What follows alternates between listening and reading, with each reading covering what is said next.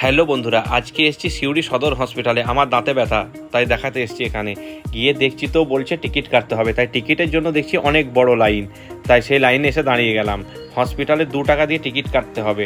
হসপিটালে ডাক্তার, পানি, ওষুধ সব ফ্রি, কিন্তু 2 টাকা দিয়ে টিকিটটা আমাদেরকে কাটতে হবে। যা হোক, টিকিটটা কেটে নিলাম। এবার 10তলা বিল্ডিংয়ের এখানে আসলাম।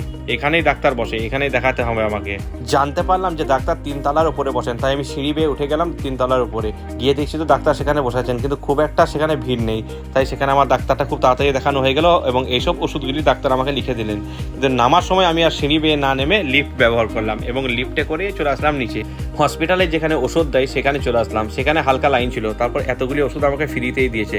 যাই হোক, চিকিৎসা খুব সুন্দরই হবে আশা করি। তারপর চলে আসলাম বাস স্ট্যান্ডে। এখানে দেখছি তো খুব ফ্রেশ কলা বিক্রি হচ্ছে, তাই নিয়ে নিলাম 1 ডজন কলা।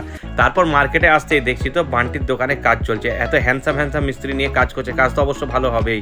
তা করতে করতে বাবু ভাই 1টা বাজতে দোকান খুলেই দিল।